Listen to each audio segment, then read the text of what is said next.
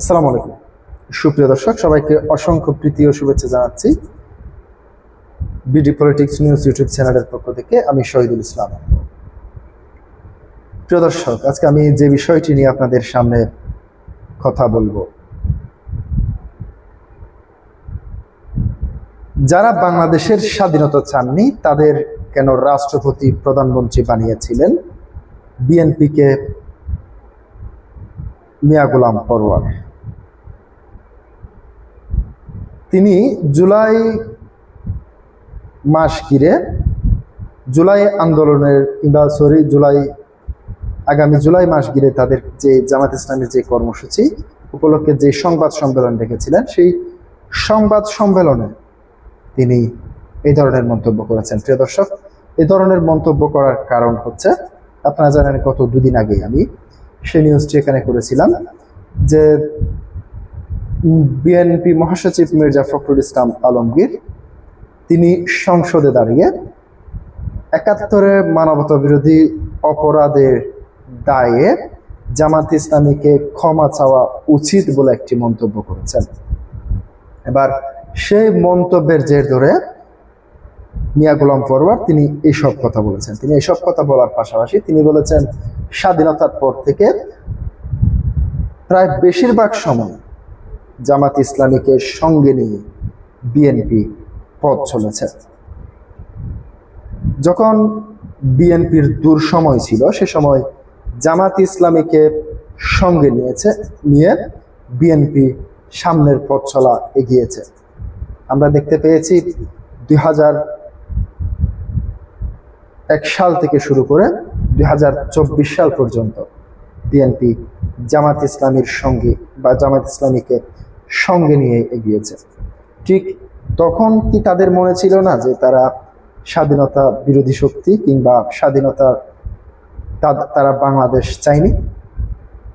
মূলত তিনি এই সমস্ত বিষয়গুলো এখানে তুলে ধরেছেন। তিনি কি বলতে চেয়েছেন সেটি দৈনিক প্রথম আলো থেকে আপনাদের সামনে একটু তুলে ধরছি। ৭১ ভূমিকা নিয়ে অব্যাহত সমালোচনার জবাবে মহাসচিব ক্ষমতাসীন দল বিএনপির দিকে পাল্টা প্রশ্ন ছুড়েছেন সংসদের প্রধান বিরোধী দল জামাত ইসলামীর সেক্রেটারি জেনারেল মিয়া গোলাম পরোয়ার। মিয়া গোলাম পরোয়ার বলেছেন, যে ভাষায় বাইরে এবং পার্লামেন্টে আপনারা কথা বলেন, প্রশ্ন করেন, তাহলে আমাদেরও তো প্রশ্ন আছে, সেই জবাবটা তো বিএনপিকেই দিতে হবে, সেই জবাবটা দেন। বিএনপি ক্ষমতায় আসার পর এই স্বাধীন বাংলাদেশে অন্তত 14 থেকে 15 জন মন্ত্রী, এমপি, রাষ্ট্রপতি ও প্রধানমন্ত্রী করেছিলেন, যারা পাকিস্তানের সময়ে পাকিস্তানের অখণ্ডতার পক্ষে ভূমিকা রেখেছিলেন। বাংলাদেশ তারা চাননি, জবাব দেন। সেই তালিকার পত্রিকায় মিডিয়ায় প্রকাশিত হয়েছে। আজ মঙ্গলবার জাতীয় প্রেস ক্লাবে এক সংবাদ সম্মেলনে বিএনপিকে উদ্দেশ্য করে এইসব কথা বলেন মিয়া গোলাম পরোয়ার। একসময়ে জোটসঙ্গী জামাত ইসলামীর ৭১ ভূমিকা নিয়ে ত্রয়োদশ সংসদীয় নির্বাচনের আগে থেকে সরব বিএনপি নেতারা। গত রোববার জাতীয় সংসদীয় তা তোলেন বিএনপি মহাসচিব মির্জা ফখরুল ইসলাম আলমগীর। ৭১ বাংলাদেশের স্বাধীনতার বিরুদ্ধে অবস্থান নেওয়ার জন্য জামাতকে জাতির কাছে ক্ষমা চাওয়ার আহ্বানও জানান। মির্জা ফখরুলের সে বক্তব্যের জবাবে জামাতের সেক্রেটারি জেনারেল বিএনপির বিভিন্ন সময়ের সরকারের স্বাধীনতা বিরোধী বক্তব্যের অবস্থান নিয়ে প্রশ্ন তোলেন। গোলাম পরোয়ার বলেন, তারা বলে জামাতের উপরে ভূত চেপেছে, এখন দেখা যাচ্ছে সরকার আর সরকারি দলের উপরে ভূত চেপেছে। বিএনপি মহাসচিবের মাথায় ও মাঝে মাঝে ভূত চাপে। কিছুদিন গেলেই 50-60 বছরের পুরনো ৭১ মুক্তিযুদ্ধের মীমাংসিত বিষয়কে সামনে এনে জাতির মধ্যে বিভ্রান্তি তৈরি করে। ৭১ প্রশ্নে দলীয় অবস্থান নিয়ে মিয়া গোলাম পরোয়ার বলেন, সেই পাকিস্তান আমলেই সেই সময়কার রাজনৈতিক ব্যবস্থার অনেক রাজনৈতিক দল ভারতীয় আগ্রাসন থেকে বাঁচার জন্য ভূমিকা পালন করেছিল। সেই দলের সে সময়কার নেতৃত্ব তার বক্তব্য জাতির সামনে তারাই তখন দিয়েছিলেন। তারা এখন অনেকেই দুনিয়াতে নেই। সেই ব্যাখ্যা কারো পছন্দ হতে পারে নাও হতে পারে, সেটা রাজনৈতিক বিতর্কের বিষয় হতে পারে না। এখন যে প্রশ্ন বিএনপি তুলছে, জামাতের সঙ্গে জোট করার সময় বিএনপি সেই অবস্থান কোথায় ছিল, সেই প্রশ্ন করেন মিয়া গোলাম ফরওয়ার। মিয়া গোলাম ফরওয়ার বলেন, অন্তত 20-22 বছর ধরে জামাতের সঙ্গে খালেদা জিয়ার নেতৃত্বে বিএনপি 4 দল, 18 দল ও 20 দলীয় জোটের রাজনীতি করেছিল।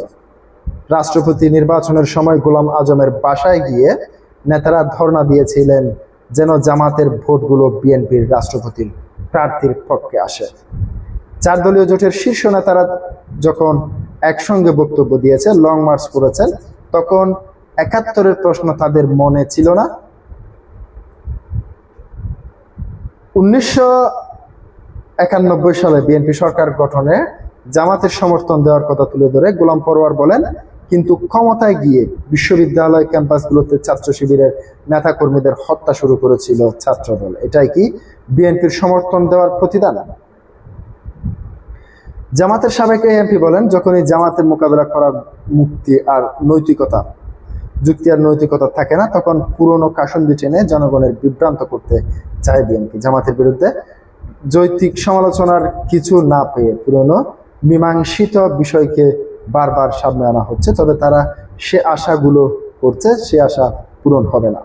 সংবাদ সম্মেলনে কিছু সংবাদ মাধ্যমের ভূমিকা সমালোচনা করে জামাতের সেক্রেটারি জেনারেল তিনি বলেন, সাম্প্রতিক সময়ে 2-1টি ব্যবসায়িক গ্রুপের সংবাদপত্র সরাসরি রাজনৈতিক দলের এজেন্ডা বাস্তবায়নের জন্য এমনভাবে প্রতিবেদন তৈরি করছে যাতে মনে হয় তারা রাজনৈতিক দলের মুখপাত্রে পরিণত পালন করছে। তার দাবি, যদি বিএনপির রাজনৈতিক এজেন্ডা বাস্তবায়নের দায়িত্ব পায় সেটি যেন ঘোষণা দেন।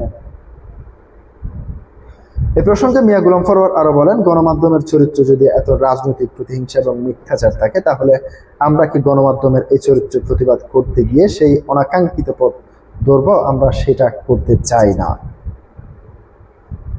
ফেসিবাদ যখন ক্ষমতায় ছিল, এই সংবাদপত্রগুলো তাদের প্রতিনিধিত্ব করেছে দাবি করে গোলাম ফরওয়ার বলেন, তারা সে সময় নির্লজ্জভাবে ফেসিবাদের দালালি করেছে। ক্ষমতার পরিবর্তনের পর হঠাৎ করে তারা রূপ পরিবর্তন করে ফেলেছে।